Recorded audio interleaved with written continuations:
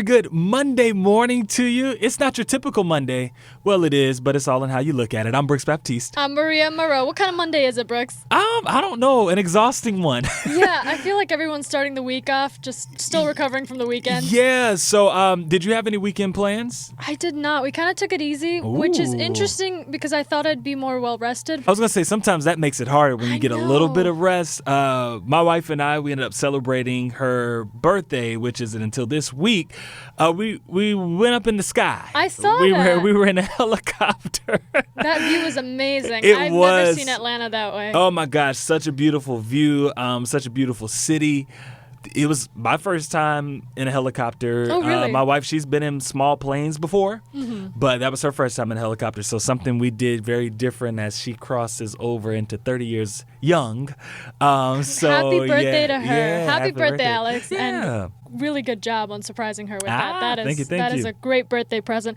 Guys, we got a bunch of headlines and trending stories to cover this morning. But first, let's get you caught up on the latest news-making headlines in and around Atlanta. We're going to send things over to CBS 46's Gravir Dinza and meteorologist Ella Dorsey, who have your Monday news update. Good morning, I'm Gravir Dinza. An apartment fire in DeKalb County is under investigation. It broke out at the Orchard Walk Apartments on Flat Shoals Parkway. Families in 8 of the units don't have homes this morning. The Red Cross is at the scene reaching out to help them out. Fire investigators are now working to find out who reportedly threw a fire bomb into a law office in Atlanta. This happened just before 8 o'clock last night at the Arrington and Phillips law offices. Those are on Fairburn Road. Marvin Arrington Jr. is a partner at the firm. He's also a Fulton County commissioner who represents District 5. We're told a caller reported the incident and no one was hurt. Happening today, jury selection is scheduled to get underway in Brunswick, Georgia, in the federal hate crimes trial of the 3 men convicted of killing Ahmaud Arbery. In this trial, prosecutors are expected to argue Gregory McMichael, his son Travis, and their neighbor, William Roddy Bryan, were motivated by racism when they chased Ahmaud Arbery through their neighborhood. Attorneys will begin questioning potential jurors this morning in Brunswick. We'll have updates for you throughout the day. All right, let's get a look at your work week forecast now with meteorologist Ella Dorsey. Good morning. As you step out the door this morning, it's not nearly as cold as it has been, especially this weekend. Morning lows will be around 40 degrees, but you'll need the winter coat through the day. We'll top out only near 50 with cloudy skies and light winds. We might see a sprinkle today, but overall, we're looking at a very dry week with lots of sunshine. That sunshine returns tomorrow, and by Wednesday, we'll hit 60 degrees. We're going to see a string of low 60s lasting through Saturday before cold air arrives to the back half of the weekend. Thanks so much, guys. You know, we've been talking Delta all morning long, and not the Delta variant, but we're actually talking about the Delta Airlines, right. Yes. And if you haven't heard, over the weekend, there was an incident at Hartsfield-Jackson International Airport when an airplane had to make a somewhat hard landing after a tire blew out mid-flight. Could you imagine, Maria? Can you imagine being nervous to fly in the first place, and then you're like, I see land, we're gonna be okay, and at the very last minute you have that jump scare. Oh yeah. Luckily everybody is doing all right. You know, there was no reports of any injuries. The Delta flight was actually arriving to Atlanta from Dallas, and it's a really scary moment when something like that happens. Planes skid along the runway a little bit, but everybody on board made it off safely and in one piece, and I think that's what matters at the end of the day. That's all that matters, really. Yeah. So you know, speaking of Delta, the airline CEO wants the Justice Department to create a no-fly list for the unruly passengers that they've had to deal with really since the start of the pandemic, I should say. Right now, that list only exists as a measure to prevent terrorism, but Delta argues that adding unruly behavior to the flight ban would reinforce the seriousness of complying with crew members. And you guys know what they're talking about. So many incidents of people just not wanting to wear a mask, even though it's policy when you get on a plane right now. And more than that, I mean, airline crews have gone to the hospital because they've been assaulted. Yeah. These things are next level. So if you act up, you're not just getting banned from Delta. You're going to be getting banned from all airlines. Good luck even stepping foot in an airport. Right. Is that harsh or is it justified? I'm kind of on the fence because I feel like the airline could take advantage of this and just, you know, if you're not wearing a mask, boom, you're banned. Yeah. Or it could also be good to just make sure that everybody's in compliance because that increases safety for everyone on the flight. Well, I think, you know, it's all in how you look at it. And at the end of the day, if you don't have your mask on and someone comes up to you, a flight attendant, or, you know, and they say, hey, I need you to put your mask on, put it on. If you don't, then I don't feel sorry for you. And if you assault, somebody, I don't feel bad for you. I just want them to set out a clear enough rules where, like, if a 2-year-old is throwing a tantrum and not wearing a mask, you don't want to get banned from all airlines for that. And to me, that's where I think there's a fine line. Yeah. But it's like, kids, we can talk about that. Adults, we know better, and we know what's right from wrong. Right, exactly. Hey, Valentine's Day is 1 week away, and I have no idea how you're going to top a helicopter ride next week. But good luck, Not Brooks. planning on it. I think that was Valentine's Day as well. The full budget for February. Hey, can you guess how much the average American is planning to spend on a gift for Valentine's Day? I hope it's not more than $100. Am I cheap by saying that? You're not cheap. Okay. According to a survey, it's a little over $100. Actually, Lending Tree says it's about $200, $208 if you're being specific. The National Retail Federation puts the number at $175, so a little closer to the 100 mark. But what I found most interesting about reading this survey is the amount that you spend actually reflects where you are in your relationship. I believe that. Yeah, I could see that happening. Newer couples tend to spend more money.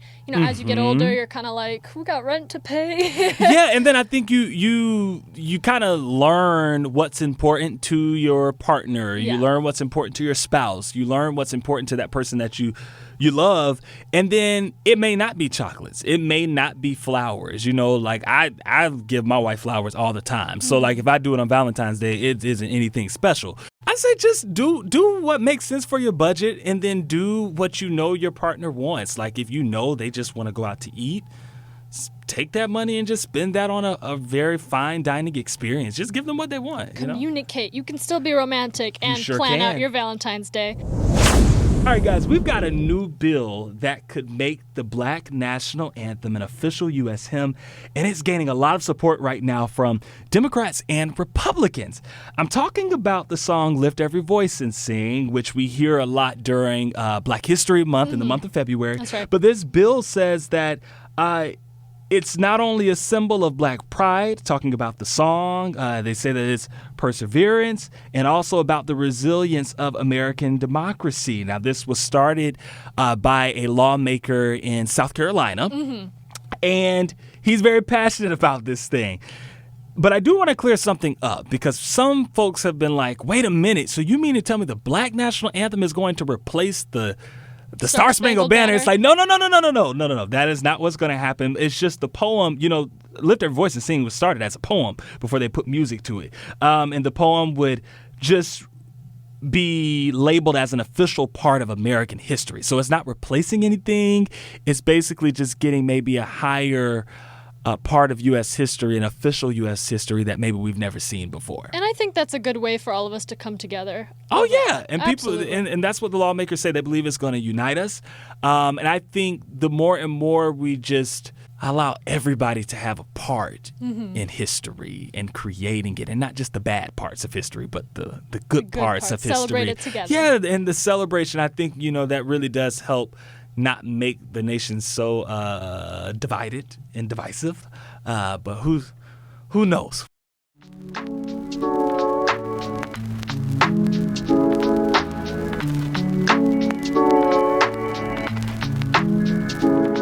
Well, here on The Feed, we've got to leave you with some good news to kick off your morning. What's up, Maria? This Maryland crossing guard is being hailed a hero after saving a middle school student from being hit by a car. We're going to try to describe this to you, but I'm telling you, the video is just, it will give you chills.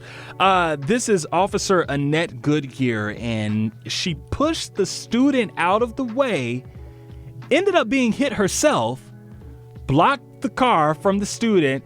Luckily, she only had minor injuries, but it just, oh my goodness, if you see this video, it's just ridiculous. I gotta say, it takes a lot to just, without thinking about it. I mean, obviously, any of us would save an innocent child, but for her to put herself in harm's way was incredible. And the city apparently agrees, because they're working on doing an appreciation for Officer Goodyear's quick thinking and brave actions. And I think that's something she deserves. So, the driver ended up being fined. But here's what's so interesting, Maria, and I don't know if you've known this. I remember crossing guards when I was growing up, and I was in elementary school. That's where I saw crossing guards.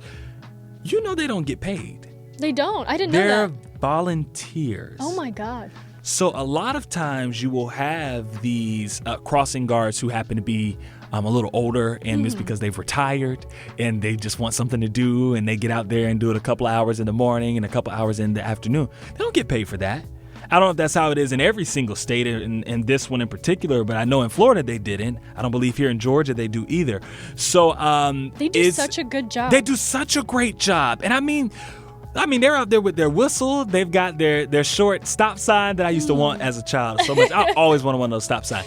But they do put their lives on the line as well, because they're literally standing before cars that sometimes will roll through stop signs and roll through these walkways, these crossing walkways and pathways. And this shows you, Officer Annette Goodyear is literally pushing a student out of the way. She still gets hit herself. Just pay attention when you're on the road. And thank your cross guard. And thank you, cross guards. And I mean, they should you need to get them a Valentine's Day gift. Yeah. Go spend the $300 on them, because they deserve it, if you ask me. But a big thanks to Annette Goodyear for stepping out there, saving a child's life. And we're just so glad that she only had minor injuries, and we're glad that she's doing okay. So kudos to her. Yeah, absolutely. Well, guys, we thank you so much for listening and spending your morning here with us on The Feed.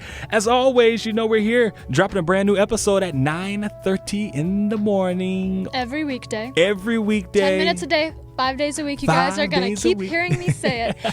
But the news doesn't stop, and we got you guys covered all day with all things happening in and around Atlanta. So make sure you go to our website, cbs46.com, and tune into our brand new 9 a.m. show before we head into the noon and evening shows on CBS 46 and Peachtree TV. Oh, yes. All right, bye, guys.